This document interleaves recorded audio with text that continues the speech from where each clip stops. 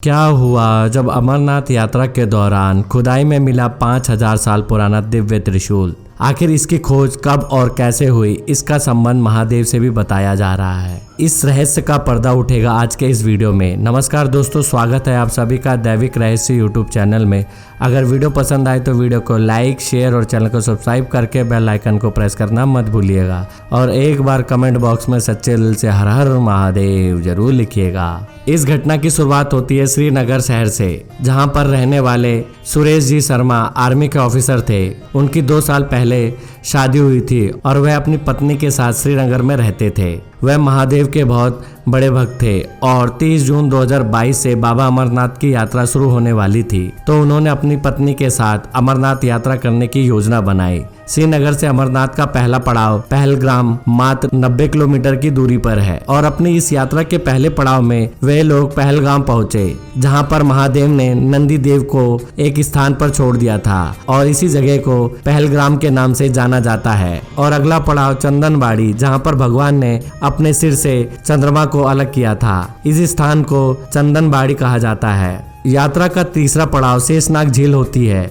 जहां पर भगवान ने शेषनाग को अलग किया था। और यात्रा के चौथे पड़ाव में उन्हें गणेश पहुंचना था, जहां पर भगवान ने अपने पुत्र गणेश जी महाराज को बिठाया था। यह यात्रा समय के साथ बहुत कठिन होती जा रही थी। पल पल में मौसम अपनी करवट बदल रहा था। साथ ही सुरेश जी के साथ महादेव बहुत बड़ा चमत्कार करने वाले थे, इस बात का उन्हें बिल्कुल भी अंदाजा नहीं था। आखिर चारों पड़ाव वो पैदल पार करके वह अमरनाथ गुफा तक पहुंच ही गए। गुफा तक पहुंचने के बाद उन्होंने बाबा अमरनाथ के बहुत अच्छी तरह से दर्शन किए, लेकिन भीड़ इतनी ज्यादा थी कि दर्शन करते करते उन्हें रात हो गई। जब वह दर्शन करके पुनः लौटे तो वहां रुकने की कोई व्यवस्था नहीं थी, क्योंकि सभी सरकारी और प्राइवेट टेंट फुल हो चुके थे। क्योंकि सूरज आर्मी ऑफिसर थे तो वह अपना टेंट हमेशा साथ में लेकर चलते थे।